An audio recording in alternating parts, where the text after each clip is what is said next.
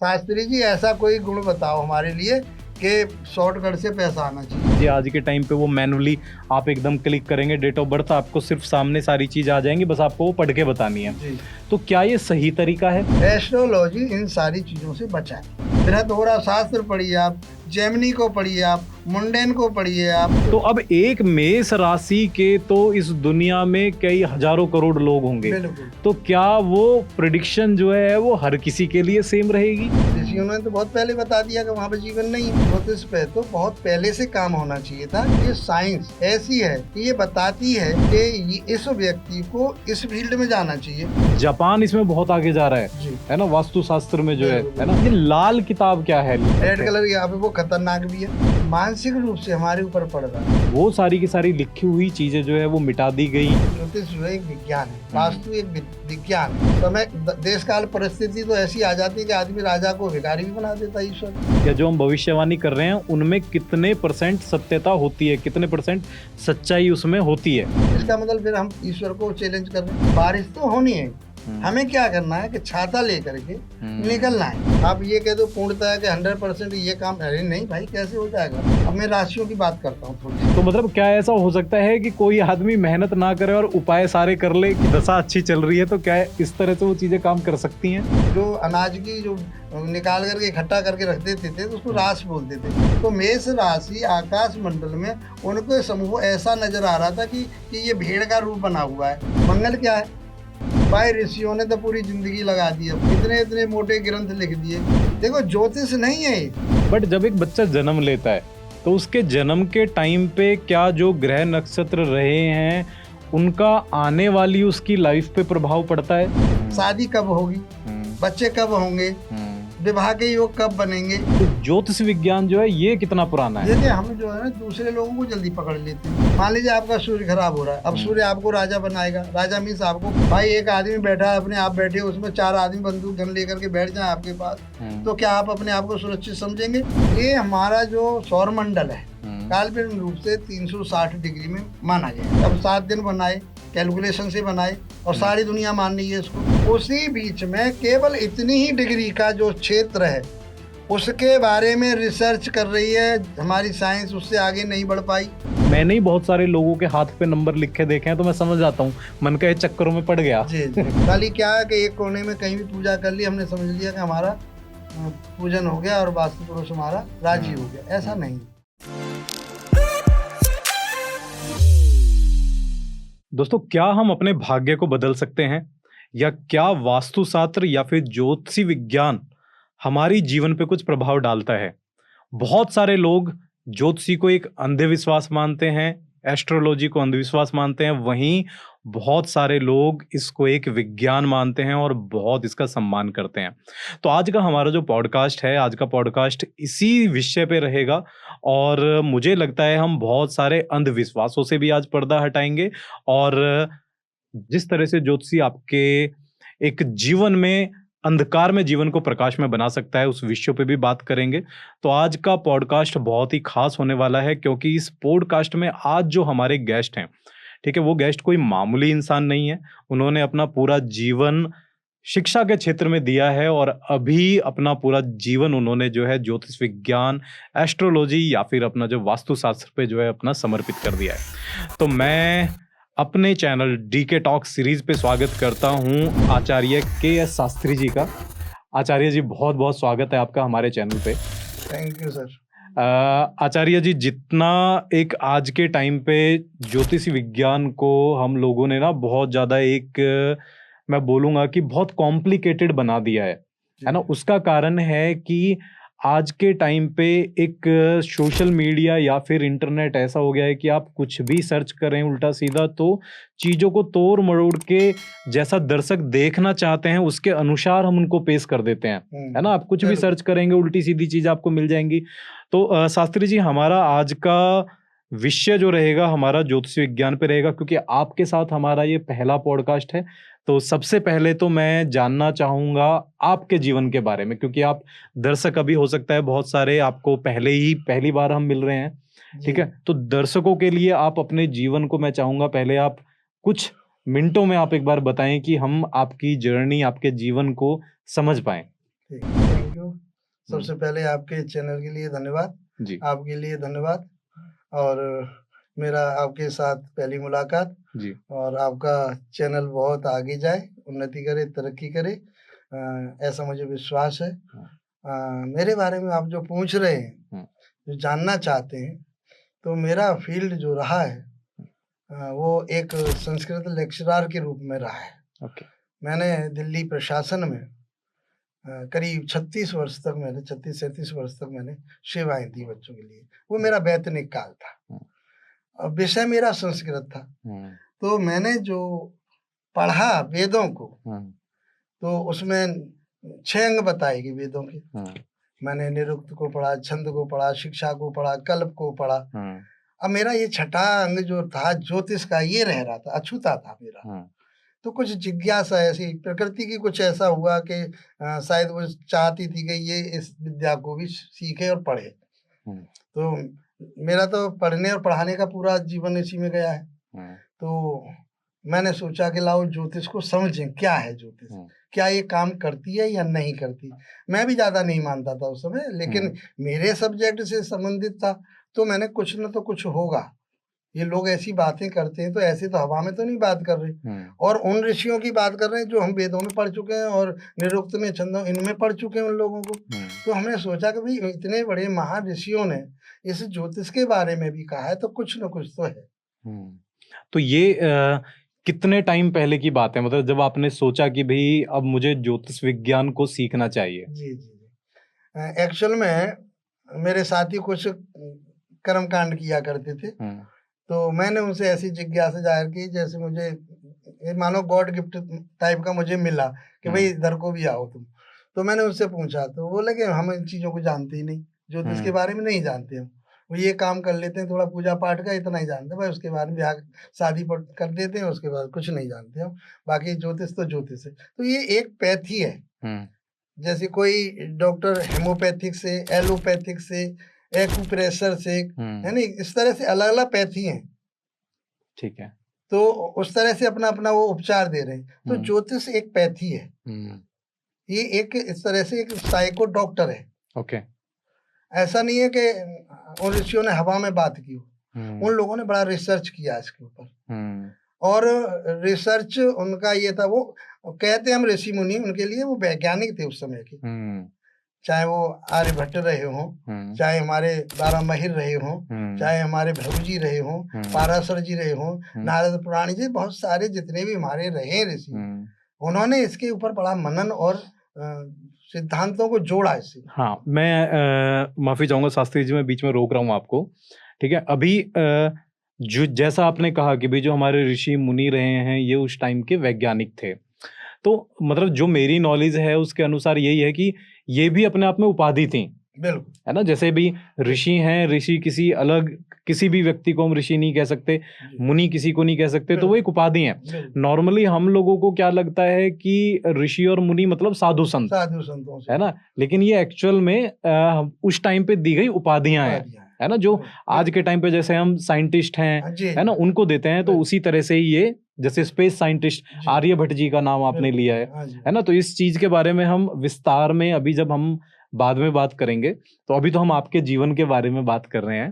तो मतलब टीचर होते हुए आपने जब इसमें आने की सोची, है ना, ज्योतिष विज्ञान में आने का सोचा, तो अभी आपको ज्योतिष विज्ञान में आए हुए या सीखते हुए कितना वर्ष हो गए हैं? मैंने वैसे शिक्षा नहीं ली, मैंने इंस्टीट्यूट जो हमारे दिल्ली में भारतीय विद्या भवन है, हाँ ठीक है, तो कितना टाइम मतलब अभी लगभग? ये 2000 की बात है। अच्छा, 2000 में मैं उनसे जुड़ गया था। तो हम ये समझ सकते हैं कि आपने जो अपना ज्योतिष विज्ञान में अपना जो कदम रखा वो सन 2000 में रखा। जी हाँ। और अभी हमारा 2024 लगभग आपको पूरे हो गए, पूरे 24 साल आपको जो है पूरे हो गए हैं, ठीक है। नेक्स्ट सवाल है, हमने आपके बारे में भी जाना, हमने थोड़ा बहुत अभी आपसे बात करते हुए ज्योतिष विज्ञान के बारे में भी जान रहे हैं, बट एक आपके नजर में ज्योतिष विज्ञान क्या है?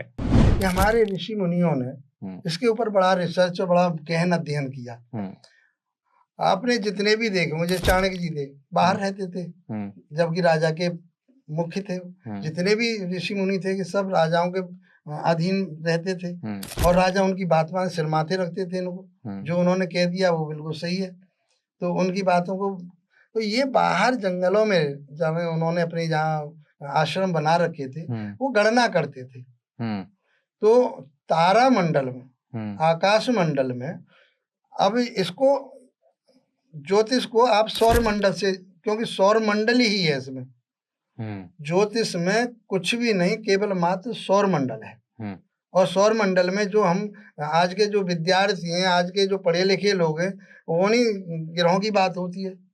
कोई जादू टोना टोटका तो ये है ही नहीं कि हम इसमें कोई जादू जोड़ देंगे, कोई टोना टोटका, ये तो बाद में अननेसेसरी चीजें, बहुत मिथ्या चीजें इसमें आई हैं। ज्योतिष में कहीं भी ऐसी बातें नहीं कही गई, बहुत सिंपल तरीके से एक आम, जबकि वो राजाओं के लिए था, लेकिन वो उन्होंने इस तरह से लिखा कि आम आदमी के जीवन में भी वो बहुत अच्छा काम करे, लोग वाग उससे प्रेरणा लें और उससे अपने जीवन को सुगम और सुंदर बनाएं। ये ज्योतिषी उनका काम था, ऋषियों का, ऐसी ज्योतिष बनाई उन्होंने, कहीं भी उसमें कोई ऐसी मिथ्या बातें नहीं है। तो जितना आपकी बात से मैं अभी तक समझ पाया हूँ कि जो हमारा ये पूरा का पूरा जो विज्ञान है ना, ये आपका बेस है हमारे सौर मंडल पे, यानी कि ग्रहों पे, है ना, उनकी दशाओं पे। तो as a normal human being, normal person, मैं ये जानना चाहता हूँ कि जैसे हम कभी भी कहीं जाते हैं, है ना, हमने भी बहुत, जैसे हम अपनी कुंडली दिखा रहे हैं, कोई भी चीज पूछते हैं, तो हमेशा बातें होती हैं ग्रहों की कि भैया मंगल ग्रह, बृहस्पति ग्रह, है ना, और ये शुक्र ग्रह आपका ये भावी है, मंगल भारी है, या तो क्या ये ग्रह वही हमारे जो प्लैनेट्स हैं जो हम बचपन से पढ़ते आ रहे हैं, 9 ग्रह हैं, या फिर ये कुछ अलग चीज है? ये जो सौर मंडल में ग्रह हैं जो हम पहले से पढ़े हैं, जो ऋषियों ने भी पढ़े हैं, बताए हैं, ये वही ग्रह हैं। आज शोध हो रहा है मंगल ग्रह का, ऋषियों ने तो बहुत पहले बता दिया कि वहां पर जीवन नहीं है, वहाँ पानी नहीं है, वहाँ ऑक्सीजन नहीं है। जो भी आज जो रिसर्च कर रहे हैं आज के वैज्ञानिक, इस पे तो बहुत काम होना चाहिए था, ज्योतिष पे तो बहुत पहले से काम होना चाहिए था कि जब ये साइंस ये बता।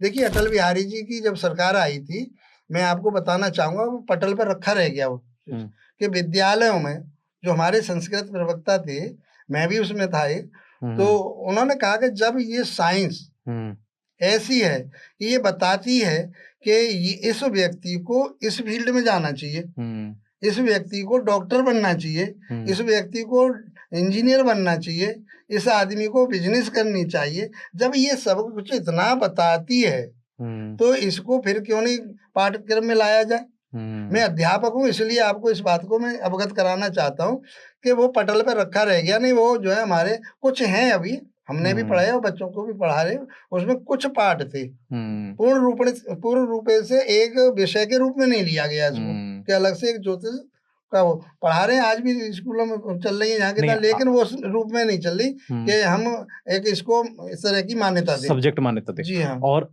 हो क्या रहा है आचार्य जी, जो आज का मॉडर्न साइंस है ना, मतलब हम लोग इस तरह से वेस्टर्नाइजेशन कह लीजिएगा या फिर ऐसा और लोगों को देख के संस्कृति अपनी भूलते जा रहे हैं कि आजकल जापान इसमें बहुत आगे जा रहा है ना, वास्तुशास्त्र में जो है ना, तो वास्तुशास्त्र कह लीजिएगा, हर चीज को, ज्योतिषी विज्ञान को वो मान रहे हैं और हम लोग उसको हमेशा जो है डिनाई करते जा रहे हैं।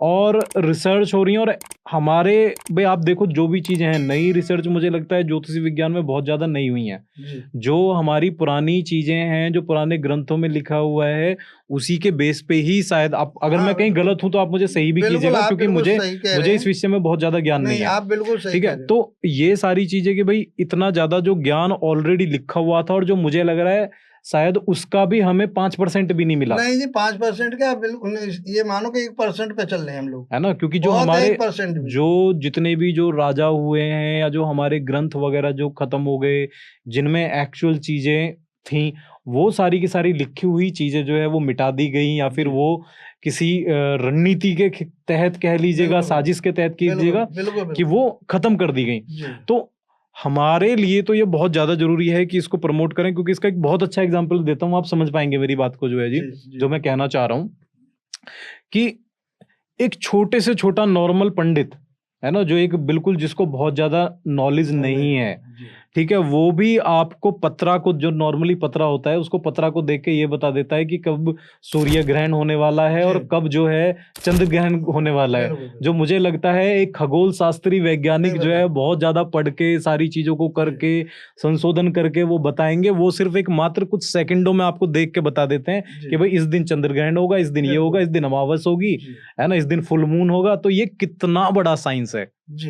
है ना जी, कितना बड़ा साइंस है। यही बात मैं कहना चाह रहा हूँ कि इस पे ध्यान ही नहीं दिया सरकार ने, जबकि इस पे ध्यान देना चाहिए कि ये एक ज्योतिष जो है एक विज्ञान है, वास्तु एक विज्ञान है नहीं। राजा महाराजों के लिए वास्तु होता था, है नहीं, कि कहाँ कोषागार बनाना है, कहाँ अंगरक्षक बिठाने, कहाँ राजा का सिंहासन होना चाहिए, पानी का स्थान कहाँ होना चाहिए, सेवक कहाँ बैठने चाहिए, उनका स्थान कहाँ होना चाहिए।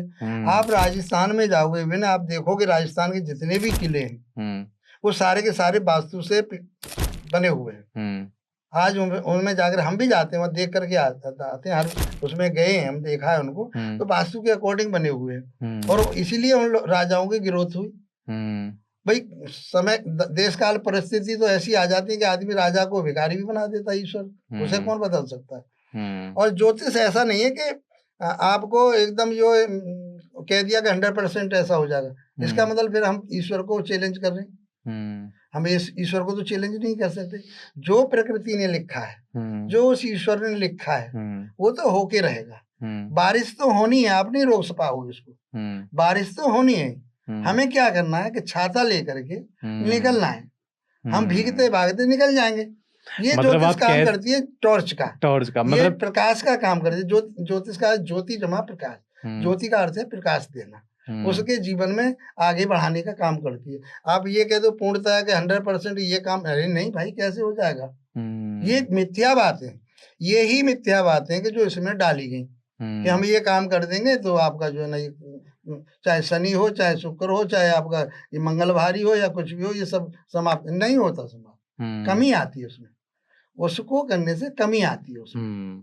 देखिएगा, आपको बुलाने का सबसे बड़ा कारण मेरा यही था क्योंकि मैं इस चीज को अपने चैनल के माध्यम से एक ऐसी पर्सनैलिटी के थ्रू देना चाह रहा था जिसके विचार में बिल्कुल पारदर्शिता हो, है ना। जो पाखंड आज के टाइम पे सोशल मीडिया पे चल रहा है ना, वो चीजें ना हो, है ना। तो अभी इसलिए मेरे आप देखोगे, मैं बताऊंगा आपका जो मेरा जो चैनल चल रहा है, फेसबुक पर भी है और मेरा यूट्यूब पर भी है चैनल, आचार्य के.एस. शास्त्री, आचार्य के.एस. शास्त्री, सूर्या ज्योतिष केंद्र के नाम से मेरा चल रहा है। वो मेरा हर वीडियो में आपको ये बात कमेंट्स मिलेगा कि ज्योतिष एक विज्ञान है, ज्योतिष कोई झाड़ फूंक जादू टोना टोटके का विषय नहीं है। इसलिए इसको मिथ्या इन बातों से बचाने के लिए मैंने ये चीजें सामने लाने की कोशिश कर रहा हूँ। ना मेरा ये उद्देश्य है कि मैं इससे कुछ अर्निंग करूंगा, समझ गया। लेकिन मैं जितना, जैसा मेरा स्वभाव रहा है, मैं संस्कृत का प्रवक्ता रहा, बच्चों के जीवन को बनाने की बात की, तो मेरे माध्यम से परोपकारायदम शरीरम, ये शरीर जो है परोपकार के लिए बनाया गया है। ईश्वर ने हमें किसी काम के लिए भेजा है। अब जो हमारे पास है, जो हम जिस चीज को जानते हैं उसको हमें करना चाहिए। बहुत अच्छी सोच है आपकी शास्त्री जी। शास्त्री जी, आपकी बातों से हमने लगभग ये तो समझ लिया कि भाई ज्योतिष विज्ञान एक्चुअल में है क्या, बट मैं शॉर्ट में ये भी समझना चाहूंगा कि ये काम किस तरह से करती है। जी बिल्कुल। जो हमारे ग्रहों की प्रवृत्ति है वो ऋषियों ने पहले ही उनको समझ लिया। ठीक है। जब आकाश मंडल में, अब मैं राशियों की बात करता हूँ थोड़ी सी देर के लिए, अब मेरे लिए सुनिए आप। तो राशि क्या है? राशि अमूमन कहते हैं ढेर, किसी चीज का समूह। ओके। नहीं, गांव देहात में भी रास बोलते थे। हम गांव देहात से निकले तो गांव में जो अनाज की जो निकाल करके इकट्ठा करके रख देते थे तो उसको रास बोलते थे। रास में राशि, राशि का मतलब किसी चीज के समूह को कहते हैं, इकट्ठा होने। तो जब उन्होंने देखा आकाश मंडल में बहुत असंख्य तारे और उनकी जो आकृति बनी हुई है, क्योंकि मानव उस समय अपने घरेलू चीजों से जुड़ा हुआ था, जीव जंतुओं से जुड़ा हुआ था, तो उन्होंने नाम उसी आधार पर दिए। मान लीजिए मेष राशि की बात करूं मैं आपसे, तो मेष राशि आकाश मंडल में उनको समूह ऐसा नजर आ रहा था कि ये भेड़ का रूप बना हुआ है, तो उसका नाम क्या रख दिया? मेष राशि। अब मेष राशि को उन्होंने अपने जीवन में भेड़ से जोड़ा, उस बकरी से जोड़ा कि इसका कार्यकत्व क्या है, ये चंचल है, बार बार खाने को करती रहती है, एक जगह स्थिर नहीं रहती, चलायमान रहती है, फड़कती रहती है। ये उन सारे गुणों को देखते हुए समझते हो, क्योंकि एक्चुअल में क्या है कि यदि हम इसको विज्ञान ना माने तो आपने छोटेपन से पढ़ा होगा, शायद 8वीं में 10वीं तक ये था एक चैप्टर कि ज्वार भाटा कैसे आता है। हाँ बिल्कुल। अब मैं आपको विज्ञान की तरफ ले जा रहा हूँ कि ये विज्ञान कैसे है। अब ज्वार भाटा है, अब चंद्रमा तो 3,84,000 किलोमीटर 1,000 किलोमीटर दूर है।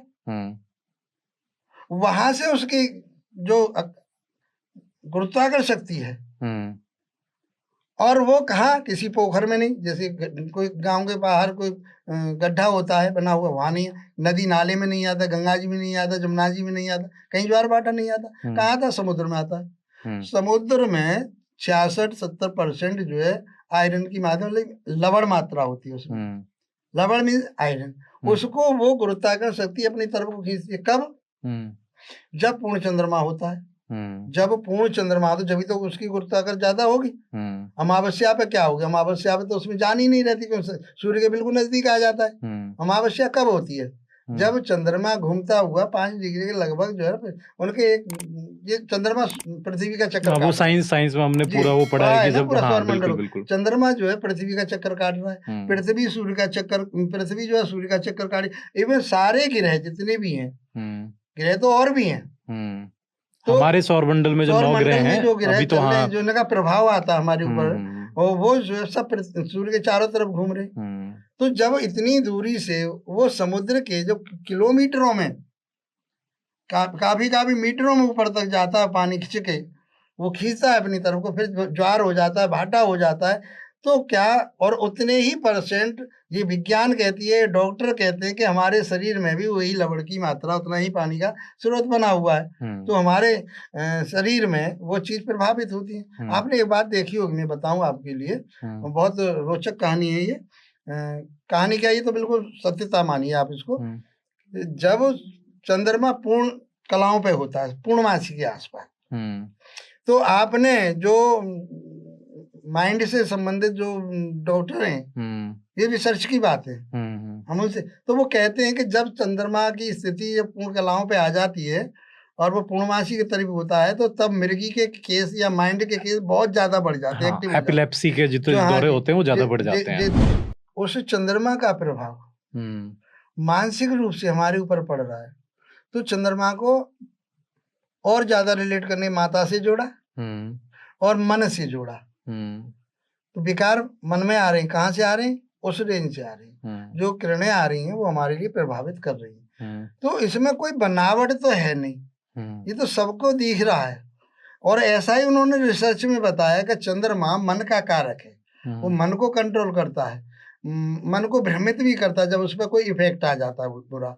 माता के स्वास्थ्य पर प्रभाव पड़ता है, चंद्रमा के कारण पड़ता है। माता स्वस्थ रहती है, अस्वस्थ रहती है, ये सब चीज उनसे ही देखते हैं। मंगल का प्रभाव, मंगल क्या है? क्रोध है, गुस्सा है, तो उसके ऊपर जिस जातक के ऊपर मंगल का प्रभाव आ गया तो वो आदमी हठी होगा, जिद्दी होगा, लड़ाकू झड़ाकू होगा, क्रोध आएगा बात बात में उसको। इस तरह की बातें उन ऋषियों ने ग्रहों के माध्यम से जीवन में जोड़ी और इनको लाए। तो हम ये कह सकते हैं आज के परिवेश में, अब सूर्य क्या है? सूर्य राजा है, इस संसार को चलाने वाला है, और संसार में जो जागृति हो रही है वो सूर्य से हो रही है। तो सूर्य को हम राजा का मानते हैं कि वो राजा का, यदि आज के हम परिवेश में देखें तो सूर्य एक प्रशासनिक अधिकारी है, चाहे वो स्कूल का प्रिंसिपल रहा हो, डायरेक्टर रहा हो, चाहे कोई IAS ये रहे हो, ये सब जो है सूर्य के ही उसमें क्षेत्र में आते हैं। इसी तरह से सारे ग्रहों को मानव से जोड़ा गया और उनके इफेक्ट आए, जब तो इतना बड़ा अब आजकल क्या कर रहे हैं मैं आपको बताऊं कि आप देख रहे होगे, आप YouTube पर भी देख रहे होगे, बहुत सारे लोग कोर्स करा रहे हैं कि 3 महीने में इतने 1000 का कोर्स है, आप कर लीजिए, ज्योतिष सीख जाओगे। भाई ऋषियों ने तो पूरी जिंदगी लगा दी अपनी, इतने इतने मोटे ग्रंथ लिख दिए। बृहत्होरा शास्त्र पढ़िए आप, जैमिनी को पढ़िए आप, मुंडेन को पढ़िए आप, कितने ग्रंथ लिखे उन्होंने, भृगु जी को पढ़िए आप, इतने मोटे मोटे ग्रंथ लिखे, उन्होंने पूरा वेद लिख के रख दिया। देखो ज्योतिष नहीं है ये, ज्योतिष को ये मानिए हम वेद ही पढ़ते हैं, वेद ही बताते हैं, ये वेद है, वेदों का ही तो सार है इसमें। और उसको ऐसा पाखंड बना रहे हैं लोग बाग, क्योंकि उनके पास वो शिक्षा नहीं है।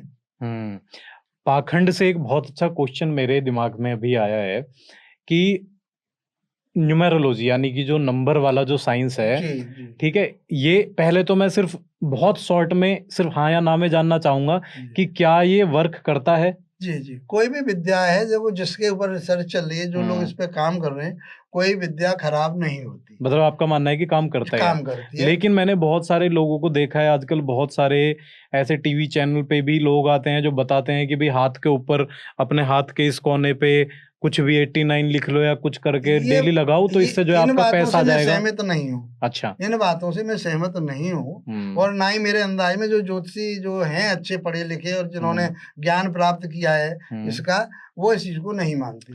और उसमें न्यूमेरोलॉजी में क्या है मैं बताऊंगा आपको। न्यूमेरोलॉजी एक ही इस एस्ट्रोलॉजी का भाग है वो, उसमें भी ग्रहों को उसी नंबरिंग से जोड़ा गया है। मैं बताऊंगा आपके लिए।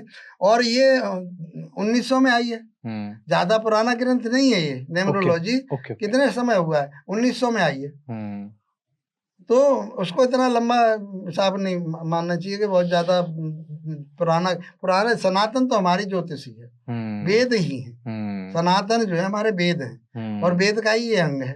तो इसका जो चल रहा है आजकल, तो वो सब अपने अपने दिमाग से उसमें जो रिसर्च कर रहे हैं उनमें रिजल्ट आते हैं, लेकिन पारदर्शिकता जो भी है वो एस्ट्रोलॉजी में है। शादी कब होगी, बच्चे कब होंगे, विवाह के योग कब बनेंगे, वो नहीं बता सकते इस बात को, ज्योतिष बताती है। और जो ऐसा मैंने बहुत सारे, और मजे की बात शास्त्री जी ये है कि लोग ऐसी चीजों से बहुत जल्दी इन्फ्लुएंस हो भी जाते हैं। बिल्कुल। है ना, मैंने ही बहुत सारे लोगों के हाथ पे नंबर लिखे देखे हैं, तो मैं समझ जाता हूँ मन का चक्करों में पड़ गया। जी।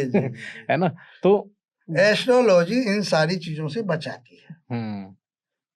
एस्ट्रोलॉजी में कोई भी ऐसे झंझटबाजी नहीं है। न्यूमेरोलॉजी में वो उन्होंने अपना रिसर्च किया है, उन लोगों वो मेहनत कर रहे हैं उस पर, तो ये कुछ कहीं तक कामयाब है, बताते हैं। इस तरह से आपको कामयाबी मिल जाएगी, नंबरों के जोड़ गांठ करके। मान लो कोई अपोजिट आ रहा है, मैं भी उसमें भी बात करूंगा तो बताऊंगा आपको। मान लो सूर्य का नंबर है, एक आपका जो है ना नंबर आ गया, क्या नाम है, 8 नंबर आ गया, वो शनि का नंबर होता है, सूर्य का नंबर 1 होता है। वो शास्त्री जी मैं आपसे सहमत हूँ कि जब आप साइंस लेवल पे उस चीज को कोरिलेट करके आप बात कर रहे हैं कि भाई जो हमारी जैसे डेट ऑफ बर्थ हो गई, उनके बेस पे नंबर्स की बात कर रहे हैं, लेकिन ये जो लिखने वाला हाथ पे जो सिस्टम है ना, मैं तो पर्टिकुलरली इसकी बात कर रहा हूँ। मुझे ज्यादा उसके मैं किसी की, देखो इस जगह बैठा हुआ हूँ, मैं किसी की आलोचना के लिए नहीं हूँ। मैं तो अपना ज्योतिष का भी बात चल रही है, ज्योतिष के बारे में ही बताऊंगा। अब कौन क्या कर रहा है, यही तो चक्कर है, यही तो बात है। नहीं शास्त्री जी देखिएगा, इसमें मेरा ज्योतिष है।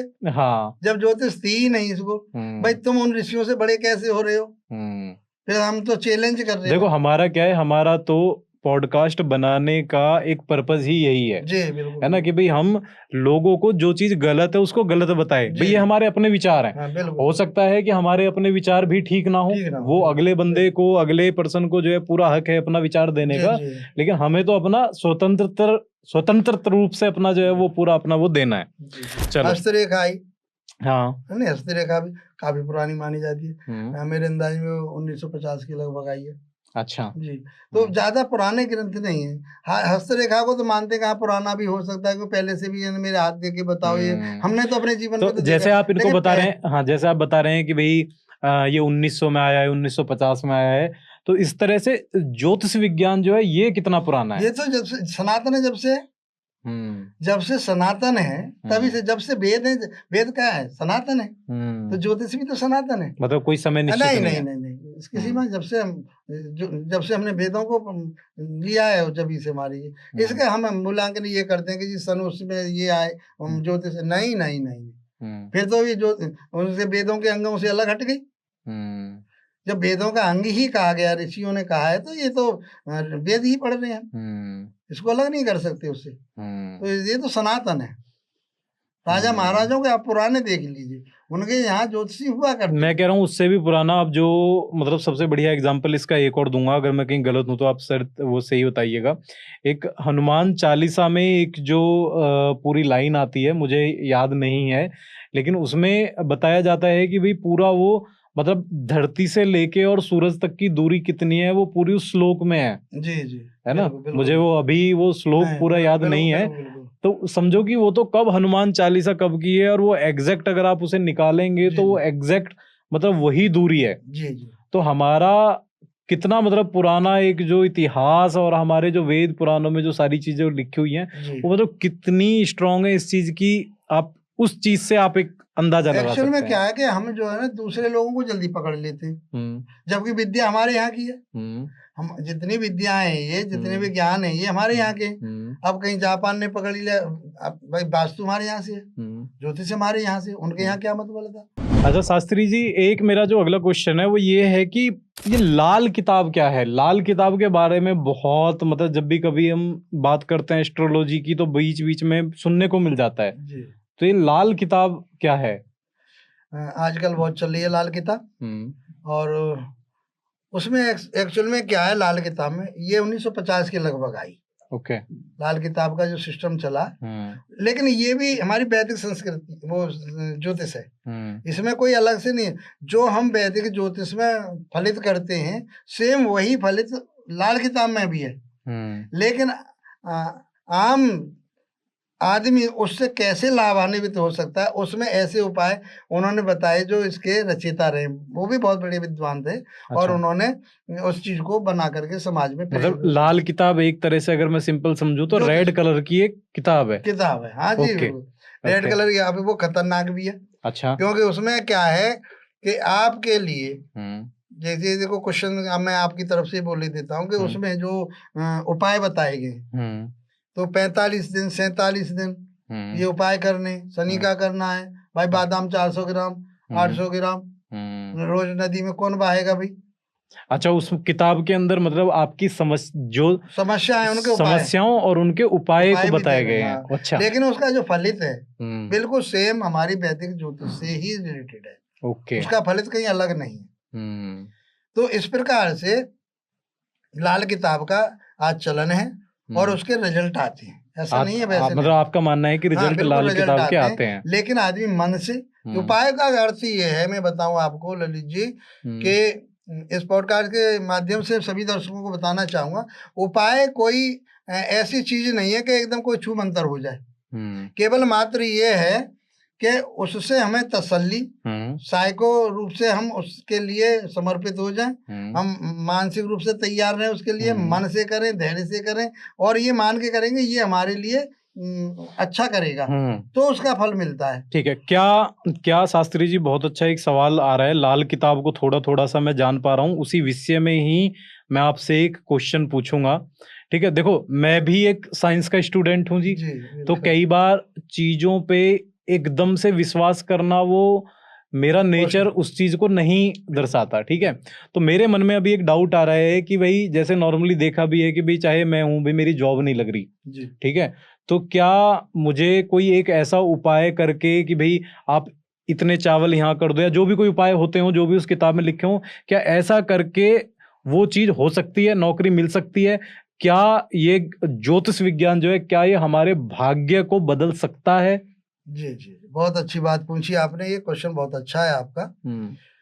मैं डॉक्टर साहब आपको ये बताना चाहता हूँ कि कोई भी उपाय और कोई उपाय जब आप कर रहे हो तो उसको मन से कीजिए। और ज्योतिष में ऐसा कुछ नहीं कहा, जब इनको पेड़ों से जोड़ा गया है, गिरहों को, इनको अनाजों से जोड़ा गया है, जड़ी बूटियों से जोड़ा गया है, और अपने परिवार के लोगों से जोड़ा गया है। मान लीजिए सपोज करो आपका सूर्य खराब है, हाँ मैं एग्जांपल चाहूंगा, मैं तभी उस चीज को समझ पाऊंगा। जी, मान लीजिए आपका सूर्य खराब हो रहा है, अब सूर्य आपको राजा बनाएगा, राजा मीन्स आपको पदाधिकारी बनाएगा, गवर्नमेंट जॉब दिलवाएगा, या किसी संस्था में आप, या गवर्नमेंट के किसी संस्था से आप जुड़ेंगे, वहां आपका मान सम्मान प्रतिष्ठा आपकी बढ़ेगी, सूर्य दिलवाएगा ये काम। अब मान लीजिए सूर्य आपका कमजोर है नहीं, तो आप अपने सूर्य को क्या माना है, पिता, तो आप पिता की सेवा करो ना। कोई जरूरी थोड़ी कि हम गेहूं दान करें, गुड़ दान करें, नहीं है जरूरी। ज्योतिष में ऐसा कुछ नहीं कहा गया कि नहीं यही करोगे तो होगा। 10 तरह के उपाय हैं, तो उनमें से आप कोई भी उपाय करते हैं, है नहीं, तो आपकी वो फलीभूत होगा। अब कब होगा? उस ग्रह की, जब मान लीजिए आपका कर्म क्षेत्र हम 10वें भाव से देखते हैं। यदि आप भाव की बात करें तो थोड़ा सा उसके बारे में बता देता हूँ। ये हमारा जो सौर मंडल है काल्पनिक रूप से 360 डिग्री में माना गया है। वो अनंत है, अनंत है, मतलब कोई छोर नहीं है, उसका कोई छोर नहीं है। ये ज्योतिष कहती है, ज्योतिष नहीं, विज्ञान भी कहती है, भी कहता है। अब मैं इसकी ये भी बता दूं, विज्ञान कितना क्षेत्र मानता है, ज्योतिष कितना क्षेत्र मानती है। उस आकाश मंडल में ये बहुत अच्छा आपने क्वेश्चन कर दिया, मेरे दिल को छू गया आपका ये क्वेश्चन। अब मुझे बताना पड़ेगा, दर्शक भी इस बात को समझे। जो लोग नहीं जानते ज्योतिष को मैं बता ही देता हूँ।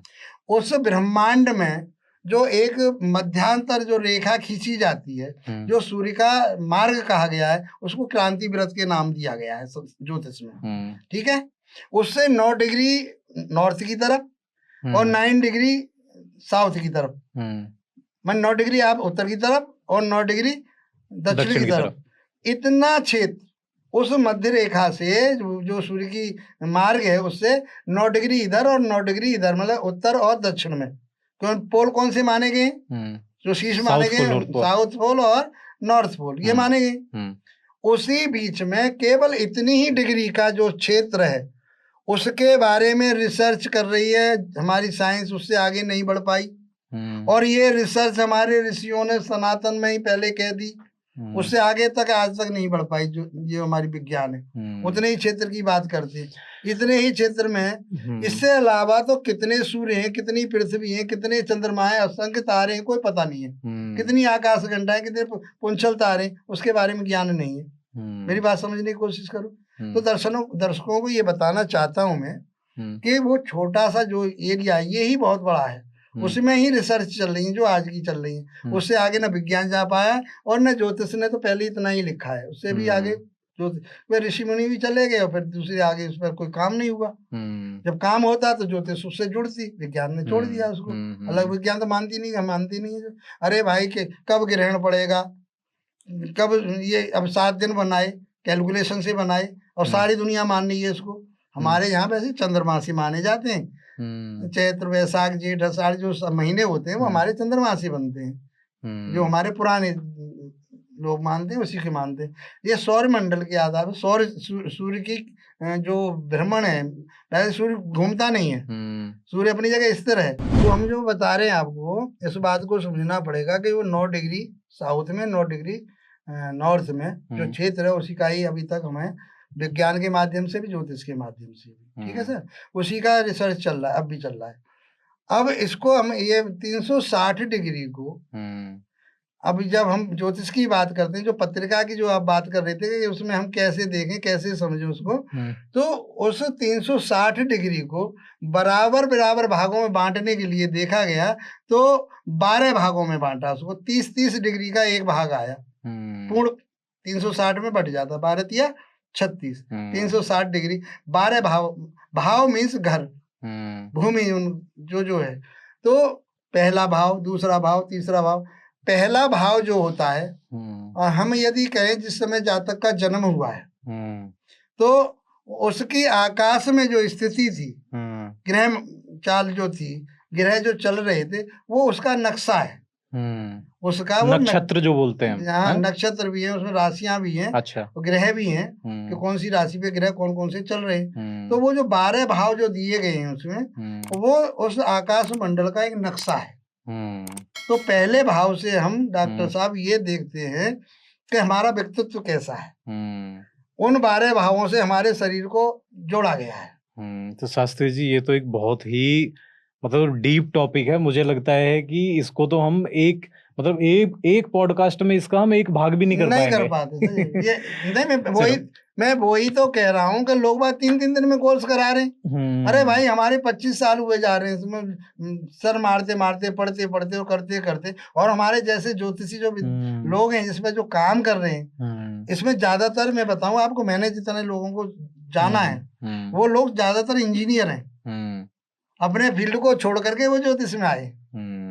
उन्हें लगा कुछ है इसमें, जब तो तभी आए। तो शास्त्री जी, अभी हमने लाल किताब की बात कर ली, हमने बात की, आपने ग्रहों के बारे में बताया कि भाई वो हमारी लाइफ, हमारे पूरे जीवन पर उनका प्रभाव रहता है।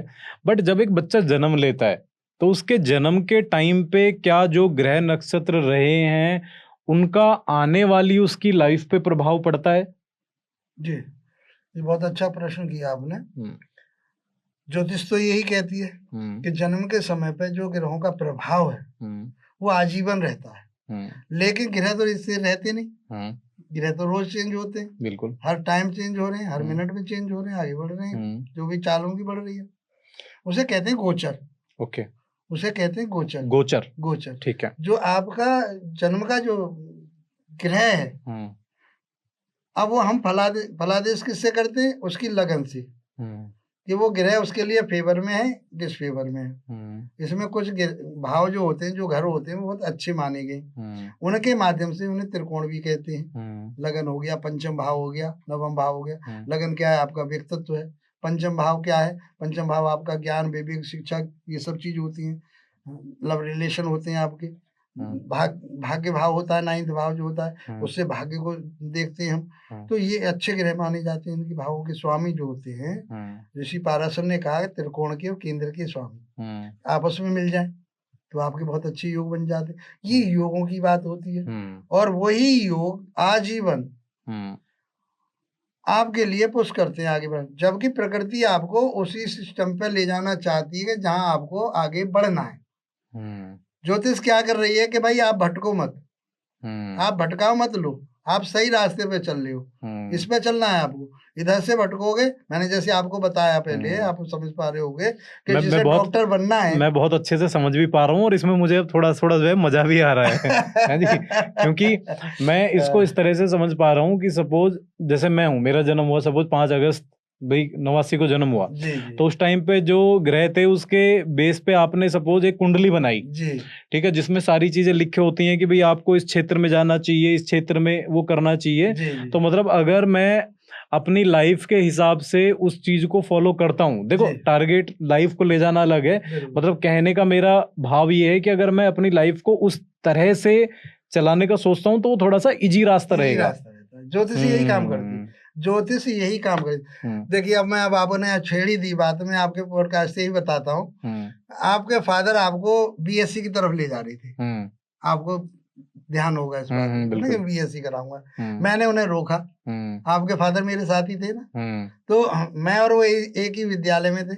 उन्होंने, अब उस समय मैं निस्वार्थ भाव से काम करता था, मेरा कोई स्वार्थ नहीं था, ना मैं कोई अर्निंग की, आज भी नहीं हूँ मैं किसी से कोई। मेरा लोग मुझे कहते तो पागल आदमी है। अरे भाई, पागल क्या है, मैं साथ ले जाऊंगा क्या, लेकिन ये विद्या में दे के जाऊंगा, इस ज्ञान को कहीं ना कहीं छोड़ के जाऊंगा, मेरा नाम रहेगा। ठीक है, यही साथ जाता है। हाँ। अच्छे कर्म साथ जाते। बहुत बढ़िया।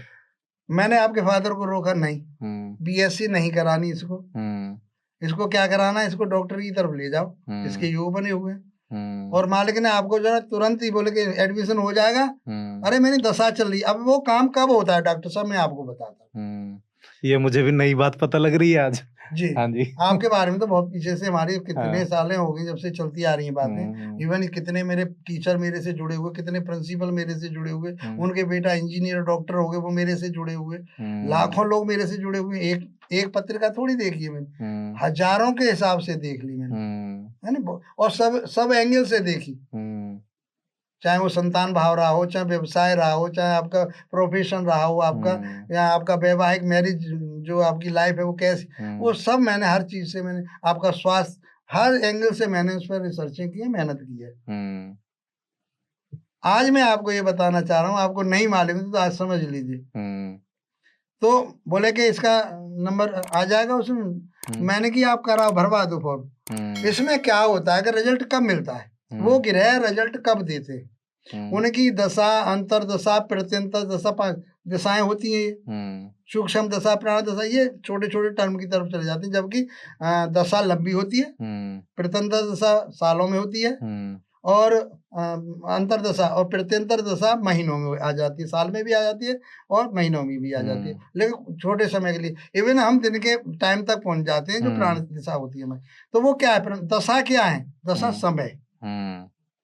दशा क्या है, वो समय तो मतलब अगर आपका समय जो वास्तु उस के समय हिसाब से आप- समय सही चल रहा है, ज्योतिष की ज्योतिष के हिसाब से, हाँ जी, सॉरी, वास्तु बाद में है, हाँ, पहले ज्योतिष है। आज तो ज्योतिष ही खत्म नहीं हो रहा, वास्तु पे तो बाद में जाएंगे जी जी। मैं बता रहा हूँ, हम वास्तु भी करते हैं ना, हाँ, तो पहले हम पत्रिका को देखते हैं कि इस आदमी के लिए, इस व्यक्ति के लिए कौन सा ग्रह सुटेबल है, इसको कौन सा जमीन से आसमान की तरफ ले जाने वाला है। तो ये उसके लिए देखिए, ये भी तो प्रकृति का नियम है। मैंने हजारों केस किए हैं वास्तु में भी। जिस आदमी का मान लो शनि बढ़िया है, उसको बेस्ट का जो शनि बेस्ट का मालिक कहा गया है उसमें वास्तु में, और ज्योतिष में भी कहा गया है। तो उसके लिए बेस्ट के टाइप का जो एंट्रेंस है, उसका मेन गेट उधर से मिल जाता है उसके लिए। तो मैं कहता हूँ उसके फव्वारे 25 हो जाएंगे। बहुत सारे लोग ये तो शास्त्री जी एक बहुत बड़ा टॉपिक है, वास्तु को तो आज मैं छेड़ना ही नहीं चाह रहा बिल्कुल भी। जी मैं बता रहा हूँ आपको, क्योंकि समझो कि वास्तु से रिलेटेड तो इतनी सारी चीजें हैं कि लोगों के जो है वो लोग अपने घर तोड़ देते हैं, है ना। और बहुत सारी ऐसी चीजें हैं, बहुत जो मतलब एक तरह से बोलूं कि मिथ्स बहुत हैं वास्तु में। जो असली बात यही है कि आज भी जो है ना, 10 दिन का कोर्स कर लीजिए, 15, मैं किसी की बुराई नहीं कर रहा इसमें, लेकिन मैं ये समझता हूँ कि हमारी विद्या को कहीं नष्ट भ्रष्ट करना चाहता है। तो वो अच्छाई की तरफ नहीं है, पैसा कमाने पे लगे हुए हैं। वो हमारी विद्या का, हमारे जो शास्त्र है उनका नाश कर रहे हैं। बिल्कुल बिल्कुल शास्त्री जी, इसके लिए तो आपके साथ मुझे एक अलग पॉडकास्ट की पूरी सीरीज बनानी पड़ेगी कि जिसमें हम सारी चीजों को जानेंगे कि भाई जैसे बहुत सारे नॉर्मल क्वेश्चन आते हैं कि भाई पैसा कौन सी दिशा में रखें, या कौन सी चीज को किधर रखें, किचन किधर होनी चाहिए, और उनका भी प्रॉपर एक साइंस है ना, कि भाई सूरज की किरणें पहले जिधर पड़ेंगी, यहाँ पे जहाँ पे वो बैक्टीरिया ग्रो ना कर सकें, उधर आपके वॉशरूम्स होने चाहिए। तो ये बहुत पहले से लिखी हुई है, ये बहुत बड़ा एक टॉपिक है, इस पे हम बाद में बात। किले बने हुए राजाओं के, वो वास्तु वहां, और वास्तु तो राजाओं का ही था, लोकल आदमी का नहीं था। लोकल आदमी प्रजा होती थी, कहीं भी रह लो, खाने को तो राजा देगा, तुम्हें चिंता करने की क्या जरूरत है। आजकल ये समझो कि वास्तु ने हर किसी को जो है राजा बना रखा है जी, कि अब हर किसी के पास वास्तु। आपको यदि ध्यान आ रहा हो तो मैंने जब आपने पहली बार जब आपने उसमें जो मार्केट में दुकान खोली थी, क्लिनिक जब ओपन किया था पहले जगत आपने, तो उस क्लिनिक पे आपको मैं स्थान बैठने का ही बता गया था, थोड़ा सा इधर उधर का बताया था, बैठने का स्थान आपका मुख्य बताया था। और उसके बाद में आप समझते होंगे कि आपको ईश्वर ने कहाँ से कहाँ पहुंचा, ये मानने हो नहीं मानने। देखो बीच में आता जब आपने और बढ़ाया जब जहाँ एक दुकान थी वहाँ 4 दुकान आपकी कॉम्प्लेक्स में आगे बढ़, दीवारें तोड़ के आपने उसको बढ़ाया। ये तो मेरे सामने का बिल्कुल है नहीं। ये तो मैं आपकी बात से पूरी तरह से सहमत हूँ। मैंने जितने भी जो डिसीजन लिए मैं खुद तो मतलब बहुत अच्छे से मानता हूँ, बट फिर भी एज ए मतलब व्यूअर एक मेरा क्वेश्चन रहेगा कि जैसे आपने बताया कि भाई एडमिशन के लिए आपने बता दिया सारी चीजें, तो नॉर्मली लोगों के मन में क्या एक बोलेंगे कि क्या एक सोच रहती है कि भाई अगर उसके लिए मेहनत की भी जरूरत है, ठीक है जी, तो मतलब क्या ऐसा हो सकता है कि कोई आदमी मेहनत ना करे और उपाय सारे कर ले, कि जैसे मैं मान के चलो भी मैं पढ़ाई ना करूं और सिर्फ ये देख के कि मेरी दशा अच्छी चल रही है, तो क्या इस तरह से वो चीजें काम कर सकती हैं? जी, बहुत अच्छा प्रश्न किया आपने डॉक्टर साहब। बिना मेहनत के जिस फील्ड में आप जाना चाह रहे हो, अब आपने यदि ये मेडिकल का कोर्स नहीं किया होता तो डॉक्टर थोड़ी बन जाते। बिल्कुल हो सकता है कि आपको उस चीज में रुचि रहती कि भाई ये मैं पत्ते तोड़ के लाया हूँ, ये तुम थोड़ा इसको निचोड़ लेना और इसको खा लेना, तो रुझान तो आपका उधर रहता है, लेकिन सक्सेसफुल डॉक्टर नहीं बन पाती आप बिना एजुकेशन। गांव देहात में आपने नहीं देखे, वो जंगल में चले जाएंगे, वहां से कोई पत्ते वत्ते तोड़ लाएंगे, रगड़ के दे देंगे, भाई इसको तुम खा लेना या इसका निचोड़ लेना, वो रस बना लेना, पी लेना, वो ठीक हो जाओगे, अब उससे फायदा हो जाएगा, है ना। तो ये उधर रुझान तो हो सकता था, लेकिन बिना एजुकेशन के, बिना मेहनत के तो कुछ नहीं हो सकता। ये तो गीता में भी कहा है कर्मण्येवाधिकारस्ते मा फलेषु कदाचन। तो ऐसे थोड़ा ही है ज्योतिष, ये तो नहीं कह रही कि आप भाई घर पे बैठे रहो और उपाय कर लो।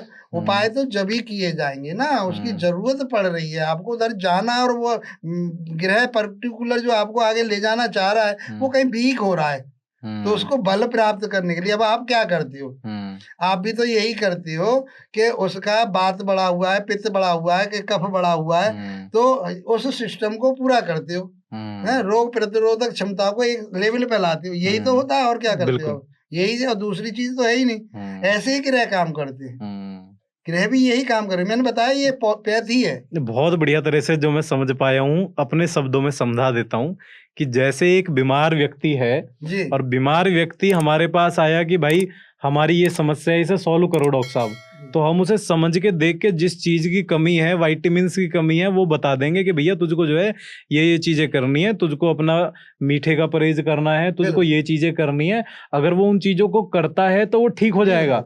लेकिन अगर वो सोचे कि नहीं यार मीठे का परहेज तो मैं करूंगा नहीं, मिठाई भर भर के खाऊंगा, जी तो वो चीजें नहीं होंगी। नहीं होंगी। समझ गए आप? अब मैं ज्योतिष को धीरे धीरे समझ रहा हूँ कि एक्चुअल में ज्योतिष है क्या। तो जो मतलब आज ज्योतिष एक रास्ता है अब बस। आपको मैं एक ज्योतिषी बना के जाऊंगा, वास्तुशास्त्री बना, मैं हाँ। तो बहुत ज्ञानी हूँ, अब मुझे मालूम है आप जो है।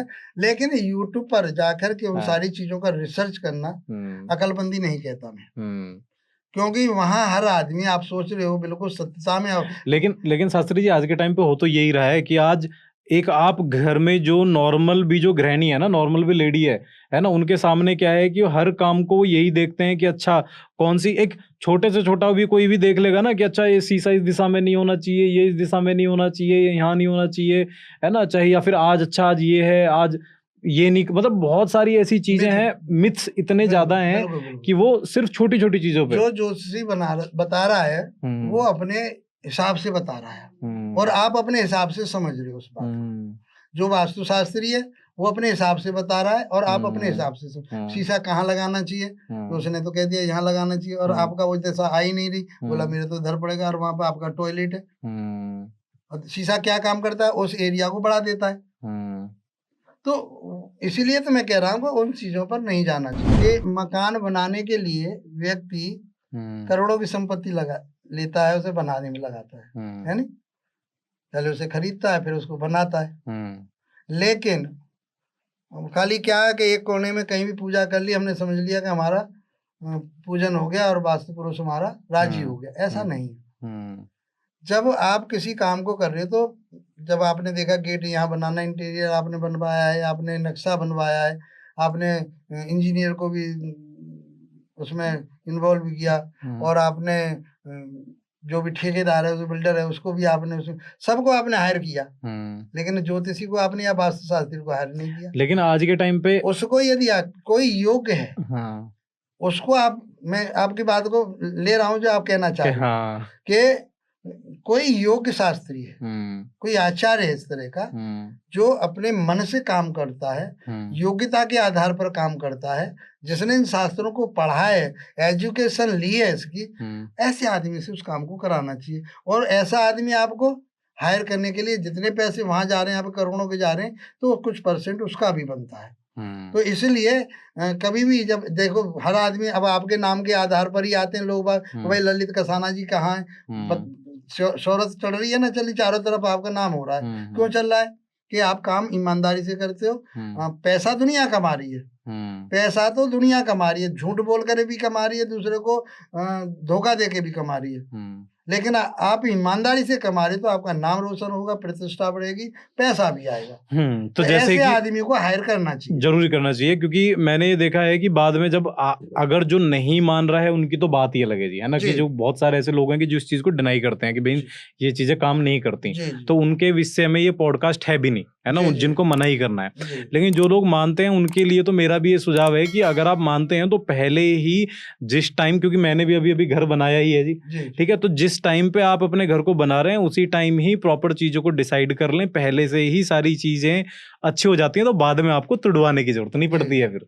देखिए, जो इसमें हमारे वास्तुशास्त्र, वैसे हम थोड़े विषय हट गए, थोड़ा सा बता ही देता हूँ। वास्तुशास्त्र कोई ऐसी चीज नहीं है, ये एक एनर्जी है, ये एनर्जी है। और कौन सी जगह किस तरह से, पहले हम जमीन का परीक्षण करते हैं, जमीन के अंदर देखते हैं। मान लीजिए आपने जंगल में खरीदा है, इसमें गाय का, किसी जानवर का दबा दिया है, कोई मृत्यु, यहाँ मान लीजिए शमशान घाट था, क्या शमशान भूमि थी, ये बहुत सारी चीजें होती है। तो पहले तो हम उस चीज को पकड़ते हैं कि यहाँ कोई ऐसी चीज तो नहीं है, नेगेटिव ऊर्जा तो नहीं है जो आगे चल करके परेशान करेगी। वो सारी चीजें देखने के बाद में तब हम मकान को बनाने की कोशिश करते हैं। चलो ये तो लंबा विषय हो जाएगा, ये तो बहुत लंबा।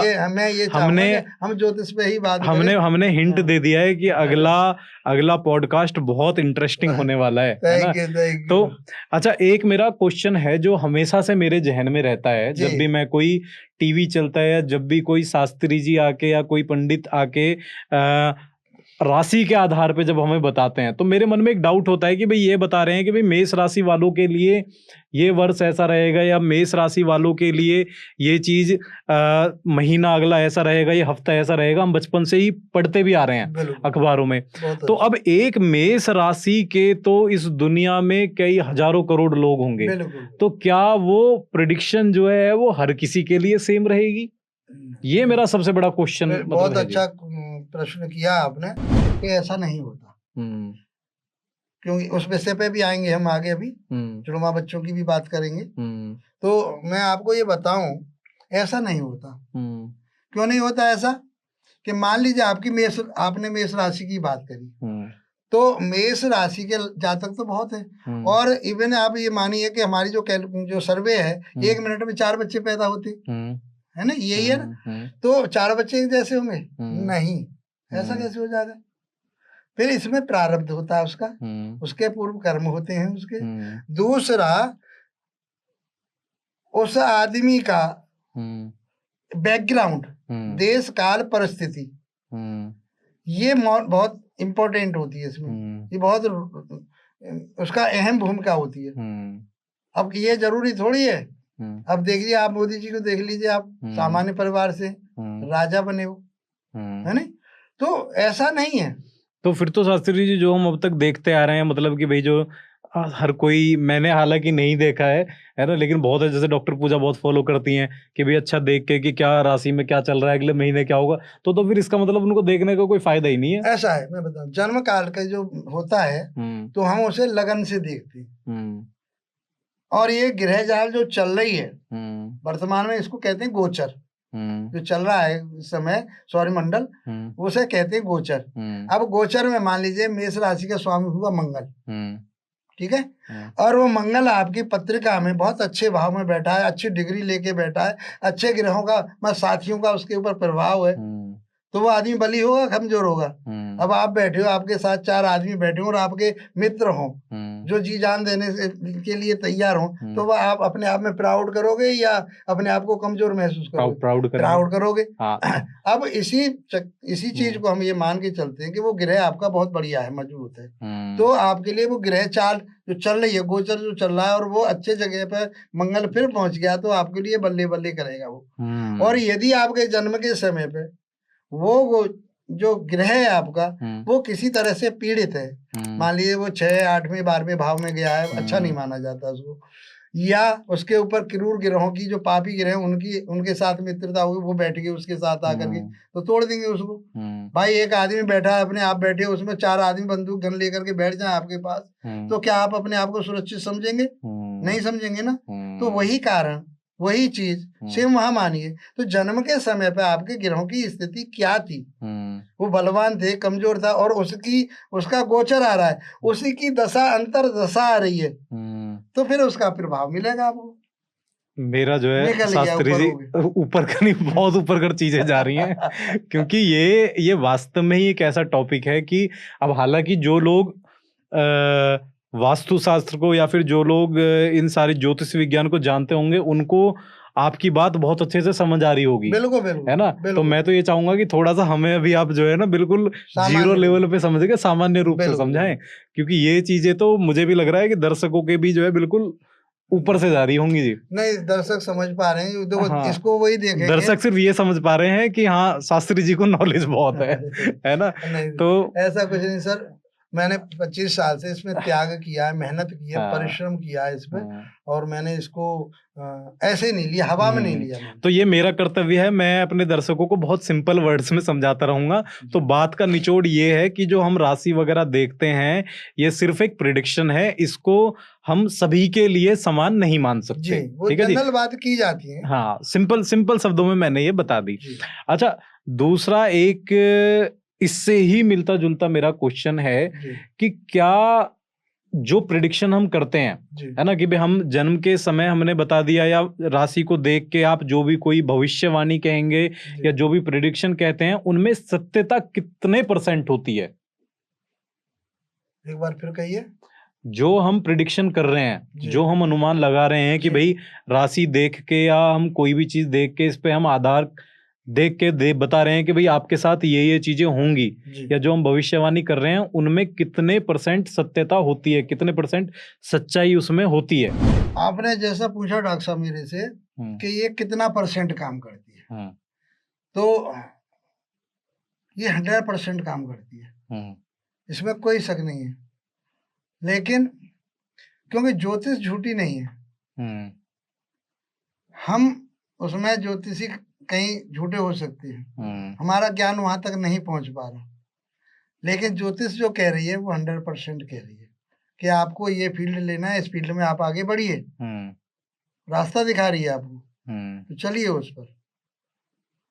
तो ये 100% काम करती है, इसमें नो डाउट। ये अभी थोड़ा तक सा के मेरे फलित में जितना भी मैंने समझ पाया हूँ, लोगों ने जितना मुझे कहा कि सर आप 100% सही बता रहे हो, लेकिन मैं ये मानता हूँ मैं 80 या 85% सही बता रहा हूँ अपने हिसाब से। बाकी फिर ईश्वर को मैं कैसे छोड़ दूं? जो कहलवा रहा है 15% तो उसका भी पूरा रोल होता है उसमें।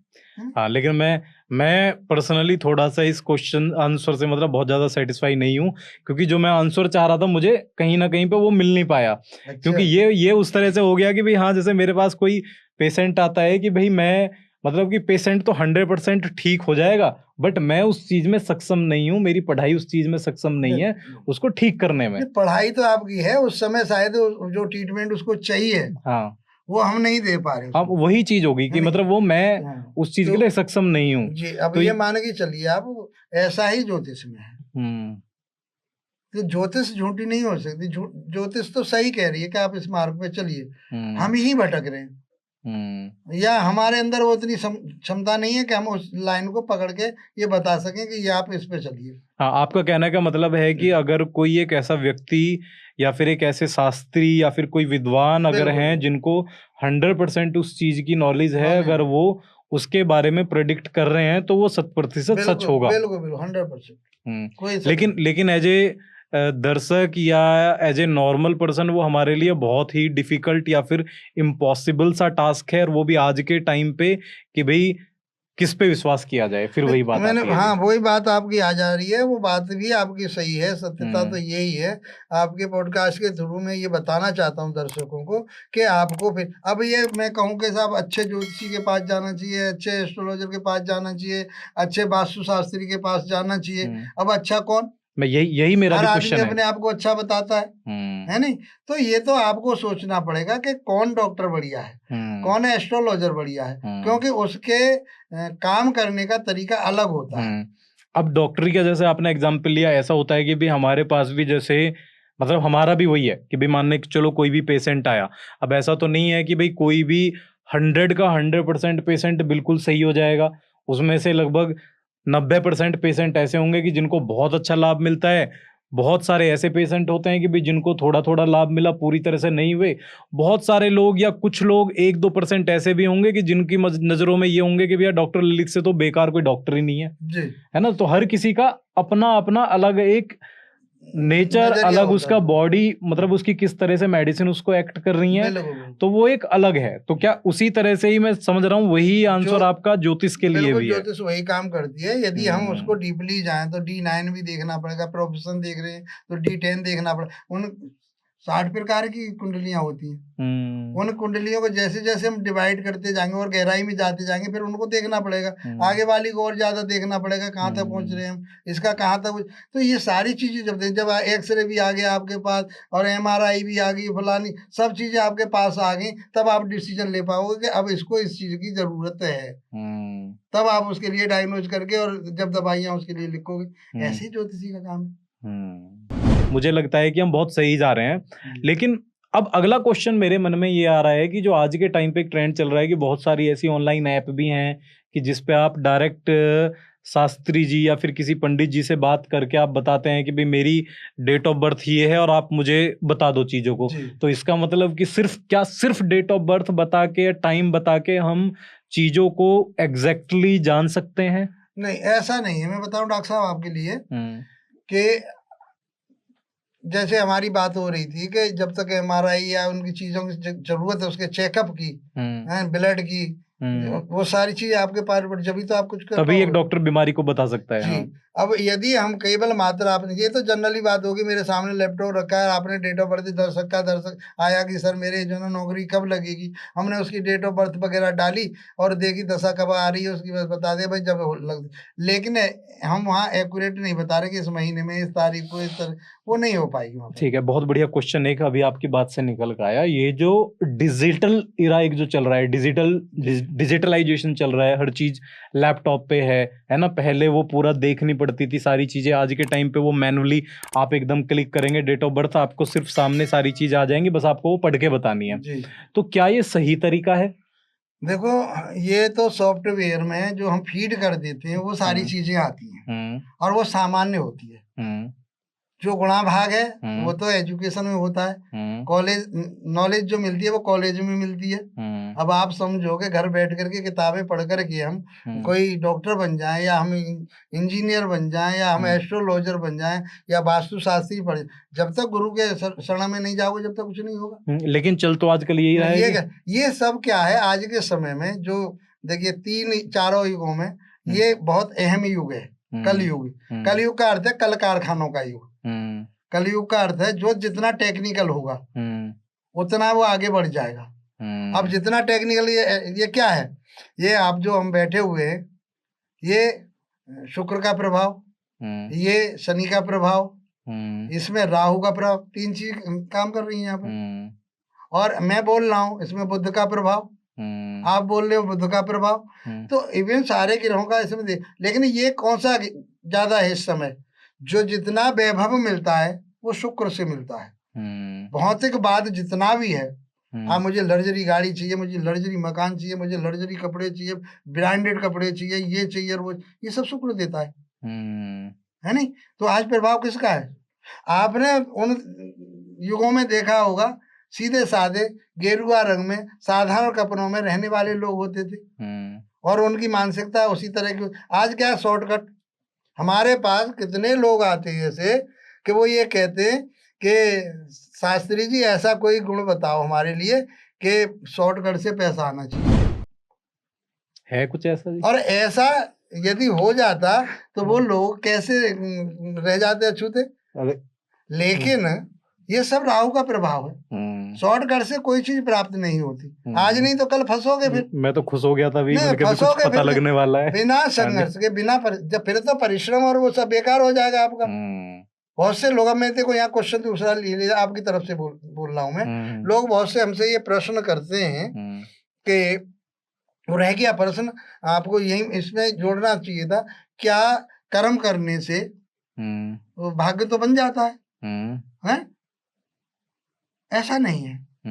भाग्य का अपना स्थान है और उसका अपना अलग रोल है और कर्म का अलग रोल है, लेकिन ये एक दूसरे के पूरक है, चोली दामन का साथ है।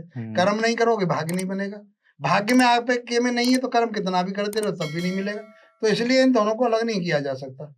लोग कहते हैं ना, अरे कि यार काम करो, दुनिया कहती है कर्म करोगे तो सब कुछ प्राप्त हो, भाग्य को बदल देंगे। नहीं, एक सूक्ति हमने पढ़ाई बच्चों के लिए, संस्कृत में है, यत्ने कृते यत्न सिद्धते को अत्र दोष है। यदि प्रयत्न करने पर कोई भी कार्य सिद्ध नहीं हो रहा, प्रयत्न क्या, परिश्रम, मेहनत, फिर किसका दोष है? आपने परिश्रम किया।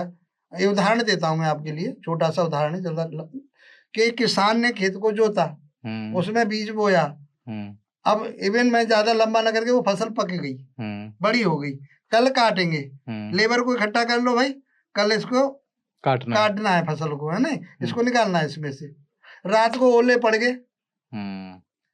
तो फिर आपका कर्म कहीं कमता है आपको? आपने तो कर्म किया, मेहनत की, उस किसान ने सब कुछ किया, लेकिन उसके बावजूद भी, तो इसलिए कहते हैं कर्म और भाग्य दोनों एक दूसरे के साथ है। कर्म के बगैर भाग्य लंगड़ा है और भाग्य के बगैर कर्म भी आपका अधूरा है। जैसे लेकिन अभी इसमें एक चीज निकल के आई कि जैसे आपने भी थोड़ी देर पहले बताया था कि भाई जो प्रकृति है उसको तो चेंज कर ही नहीं सकते। नहीं, बिल्कुल। ठीक है जी भाई, बारिश होनी है, ओले होने हैं, वो तो होंगे ही होंगे। बिल्कुल। तो उस किसान को, वो किसान अपनी फसल को कैसे बचाए? हाँ तो मैं बताया तो सही, तो उसका प्रारब्ध, उसका भाग्य भी तो साथ दे रहा है, तो उसके भाग्य में नहीं था वो फसल, तो फिर उसमें कहीं ना तो क्या वो किसान अपने भाग्य को चेंज कर सकता था? ऐसा तो नहीं है, उसमें कमी ला सकता था। जैसे भाग्य उसका बिगड़ा हुआ है, कहीं डिस्टर्ब हो रहा है, तो उसमें कमी आ सकती है। मान लीजिए उसको 50 मन गेहूं पैदा करने थे या कोई नाज करना था, या किसी वर्कर के लिए उसे 5 लाख रुपए महीने के कमाने थे, तो भाग्य ने उसके में मेहनत कर रहा, परिश्रम, उसको वो क्रेडिट नहीं मिल रहा। और सारे लोग आपने देखो, वो कहता है यार क्या बताऊं, प्रमोशन मेरा होना था और मेरा नहीं किया बॉस ने, यार उसको, मेरा जूनियर था उसको आगे बढ़ा दिया, उसका प्रमोशन कर दिया। यही तो भाग्य है। इसको हम ऐसे समझ सकते हैं, थोड़ा सा मुझे भी मतलब क्लियर नहीं हुआ है कि मतलब इसको हम इस एग्जांपल से समझ सकते हैं भाग्य को कि भाई वहीं 2 किसान के खेत थे, ओले पड़े, एक किसान की फसल जो है वो खराब हो गई, दूसरे की रह गई, है ना? बिल्कुल, ये भी हो सकता है, ये हो सकता है। तो ये थोड़ा सा ज्यादा क्लियरिटी जो है हमने देखा है, मैं इसीलिए बता रहा हूँ, हमने भी देखा है ना, कि एक का पूरी की पूरी फसल खराब हो गई, एक तरह की मेहनत देखी, तरह के खेत सारे बेकार हो गए, और फिर कहेंगे यार इधर की तो बच गए, देखो ये कितने भाग्यशाली आदमी, ऐसा हुआ है, ऐसा। तो उस प्रकृति को तो नहीं बदल सकती है। हाँ, उसमें प्रकृति ने जो हमारे भाग्य में लिख रखा है, जो मान लीजिए आपको चोट लगनी है, ग्रह ये कह रहा है कि भाई इस समय संभल के चलना, ये दशा आएगी, ये समय आएगा आपका, उस समय आप गाड़ी को, वाहन को, ऐसे सारी चीजों से बच के चलना, चोट लग सकती है आपको, लग सकती है ना। तो ये ज्योतिष ने बताया, ये ज्योतिष कह रही है। अब मान लीजिए आपने उस चीज के उपाय किए, जब उसकी दशा अंतर्दशा आई तो आपने उस ग्रह के उपचार किए, जो भी करने हैं, ठीक है, बताएगा ज्योतिष, ये आपको करना है। अच्छा, उसमें क्या है कि चोट तो लगेगी आपको, लेकिन आपके थोड़ी घसीट लग गई या थोड़ा बहुत परेशानी थोड़ी बहुत आई और आप बच गए उस चीज से। जहाँ आपको ज्यादा परेशानी आनी थी उससे आप बच जाएंगे। उपायों का यही जो हमने नॉर्मल, किसी भी देवी देवता के आप, या आपके पास मैंने एक उदाहरण और दिया था कि कोई खतरनाक आदमी बैठा है, वो हमारे लिए नुकसान देना चाहता है, यदि हम उसके हाथ जोड़ दें, है ना, उसकी मन्नत कर ले, तो शायद उसके धर्म में ही आ जाए, छोड़ तो ऐसे ही मान लीजिए आप कि यदि हम उस ग्रह की उपासना करके, दान दे के, जैसे भी उपचार किया जा रहा है वो हम उपचार करके उसको कहीं शिथिल कर लेते हैं, रोक लेते हैं, भाई हमारे ऊपर कृपा कर। तो इस तरह का हमारे शास्त्रों में मिलता है। लेकिन हम ये कहते हैं कि उसको टाला जा सकता है, ये पॉसिबल नहीं। शास्त्री जी, आपके साथ पॉडकास्ट करने के लिए ना मुझे थोड़ा सा अपने ऊपर भी वर्क करना पड़ेगा, मुझे थोड़ी सी अपनी नॉलेज बढ़ानी पड़ेगी, है ना, तभी जाके मैं चीजों को समझ भी पाऊंगा। क्योंकि आज का पॉडकास्ट तो मैं समझूंगा कि मेरे लिए एक उस बच्चे की तरह से है कि जो अभी बस ABCD, जिसको जाके क्लासरूम में बैठा दिया और उसको बस डायरेक्ट ABCD की जगह बड़ी बड़ी चीजें पढ़ा दी। तो मुझे लग रहा है कि भाई अगला जो हमारा पॉडकास्ट रहेगा उसको हम बहुत अच्छे से, और उसमें मैं आपसे क्वेश्चन भी अच्छे अच्छे पूछना पसंद करूंगा, है ना, तो और उसको रोचक अगले पॉडकास्ट को जो है हम बनाएंगे। तो मुझे लग रहा है कि आज का पॉडकास्ट अभी हमें जो है वो यहीं पे ही विश्राम इसे देना पड़ेगा। और अगर आपको लगता है कि भी आपको शास्त्री जी की बातें बहुत अच्छी लगी हैं, तो शास्त्री जी का खुद का भी चैनल है ना, खुद का YouTube पे चैनल है, Facebook पे चैनल है, तो शास्त्री जी जिस पे सारी चीजों को डिटेल में भी बताते हैं, तो आप डिटेल में जानने के लिए उधर भी जा सकते हैं। शास्त्री जी, क्या है चैनल का नाम, आप बता दीजिएगा एक बार। मित्रों, मेरे जो चैनल का नाम है एस्ट्रो KS शास्त्री के नाम से है, सूर्या ज्योतिष केंद्र के नाम से है।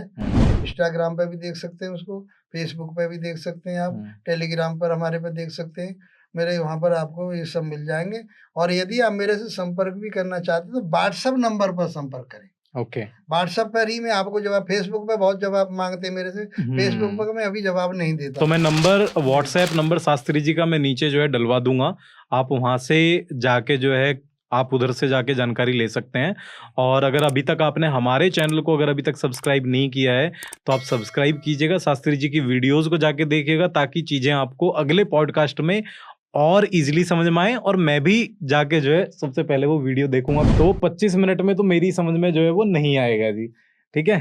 तो आपके साथ बात करके बहुत अच्छा लगा, और आगे बहुत सारे टॉपिक रह गए हैं हमारे जो है ना, जैसे सबसे बड़ा जो काल सर्प दोष क्या होता है ना, या फिर जो मांगलिक होना क्या है।